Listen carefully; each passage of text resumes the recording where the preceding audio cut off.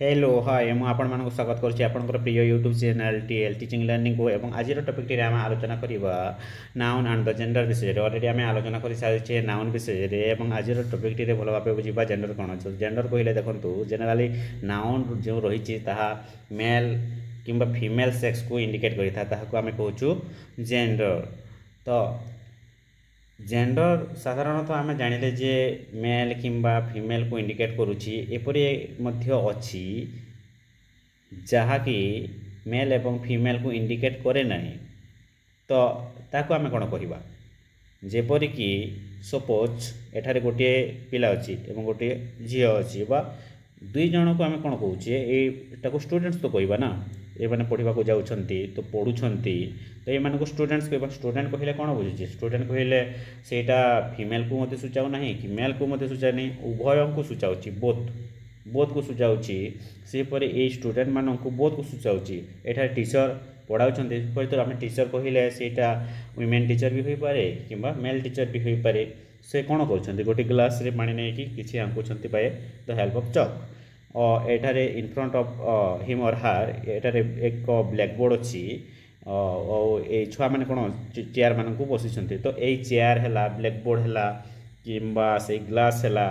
सेटा तो गोटे गोटे नाउन ना से नाउन को क्यों जेंडर कहवा। तो एठारे आम भल भाव बुझीपर ये टीचर को स्टूडेंट को ये जो अच्छी आमर टेबुल टी तो यही सब को क्यों नाउन को कहवा तार कैटेगोराइज विषय रे एठारे आम जानिबा जेंडर टाइप गुड़ाक कौन देखंतु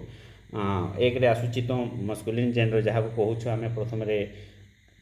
जोटा कि मेल सेक्स को इंडिकेट करुच्ची तो यहाँ को कहुच्छी मस्कुलिन जेंडर सेपरि फीमेल सेक्स को जो इंडिकेट करुच्ची कहुच्छे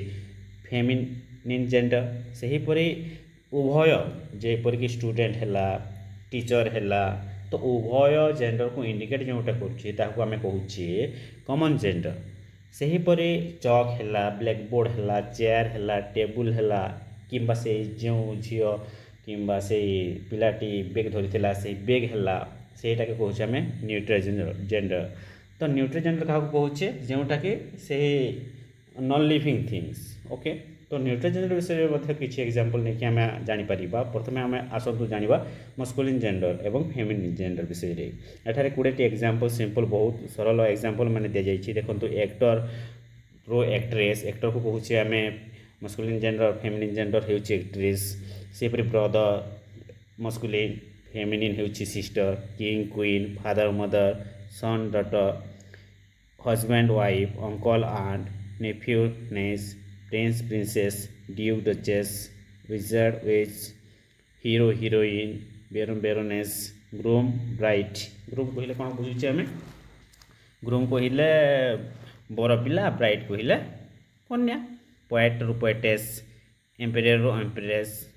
ओके मंक रु नन लॉर्ड लेडी यहीपरि आम एग्जांपल गुड़ाक आप स्क्रीनशॉट नहीं देखिपारे। कॉमन जेंडर कहले आम उभय जो सूचाइला स्टूडेंट्स कहले कि टीचर कहले सेटा तो गोटे जेंडर को सूचाइला नहीं तो सेटा को आम कहूँ कॉमन जेंडर। सेहीपरि टीचर है कॉमन बहुत सूचाऊँ सेटा फीमेल को भी सूचाऊँ मेल को भी सूचाऊँ सेहीपरि डॉक्टर है स्टूडेंट है parent friend child artist soldier manager leader officer neighbour cousin engineer ये सब गुड़ा कौन है रिपोर्टर लॉयर यहाँ हूँ कॉमन जेंडर उभय को सूचाऊँ पार्टिकुलर गोटे जेंडर को सूचाऊ ना। एठारे देखो न्यूट्रल जेंडर कौन आम भल भाव बुझीपर जो नाउन गुड़ाक कि इंडिकेट्स करें इनएनिमेट ऑब्जेक्ट्स कहले कौन बुझे जोटा कि निर्जीव वस्तु गुड़ाक जोटा रही बुझुचे सेहीपरि अब्स्ट्राक्ट कन्सेप्ट जोटा कि आम छुई पारिबा नहीं आम चिंता करवा भाई जेपरी है से एग्जांपल्स गुड़ाक ये भितर अच्छी सेपरी entities while gender is not specified करा जाई न थाए कि एटा मेल किंबा फीमेल स्पेसिफाइड होई न थाए सेहीपरि जेंडर को कहूँ आम न्यूट्रल जेंडर। एंटिटीज अर्थ कौन देखो एंटिटीज होची अस्तित्व थिबा वस्तु जहाँ आम छुई पारिबा जेपरी टेबुल है चेयर है बुक है कार है कंप्यूटर है फोन है हाउस है परंतु आम आइडिया को छुई पारिबा कि ना ताको अनुभव करि पारिबा तो ताको आम कहूचे abstract concepts okay water music pen window tree blanket light, room, paper, glass, food, sound. ଏହି ଗୁଡ଼ାକ ଯେତେ କହିଲି ସେଇଟା ଗୋଟେ ଗୋଟେ କ'ଣ, ସେଇଟା ଗୋଟେ ଗୋଟେ ହେଉଛି ଇନାନିମେଟ୍ର ଅର୍ଥ ହେଉଛି ନିର୍ଜୀବ ସବୁ। ତ ଏଇଗୁଡ଼ାକୁ କୁହାଯାଉଛି ନ୍ୟୁଟ୍ରିଜେଣ୍ଡର। ତ ଆମେ ଅଲରେଡ଼ି ଆଲୋଚନା କରିଲେ କି ଏଇ ଯେଉଁ ତିନୋଟି ଅଛି ଏଇଟା ଗୋଟେ ଗୋଟେ କ'ଣ, ଗୋଟେ ଜୀବ, ସଜୀବ ବାଲା। ଆଉ ନ୍ୟୁଟ୍ରିଜେଣ୍ଡର କ'ଣ, ନ୍ୟୁଟ୍ରିଜେଣ୍ଡର ହେଉଛି ନିର୍ଜୀବ ବାଲା। ତ ଆମେ ଏହା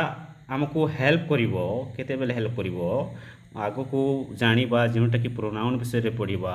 ସେଇ ବିଷୟରେ ପଢ଼ିଲା ସମୟରେ ଏସବୁ ଗୁଡ଼ାକ ସବୁ ହେଲ୍ପ କରିବ। ତ ଆଜିର ଭିଡ଼ିଓରେ ଏତିକି। ଯଦି ଭିଡ଼ିଓଟି ଭଲ ଲାଗିଥାଏ ତ ଆପଣ ଚ୍ୟାନେଲକୁ ସବସ୍କ୍ରାଇବ୍ କରନ୍ତୁ କିମ୍ବା ଲାଇକ୍ କରନ୍ତୁ, ଫ୍ରେଣ୍ଡମାନଙ୍କ ସହ ସେୟାର କରନ୍ତୁ, ଯଦ୍ୱାରା ସେମାନେ ଉପକୃତ ହୋଇପାରିବେ। Thank you.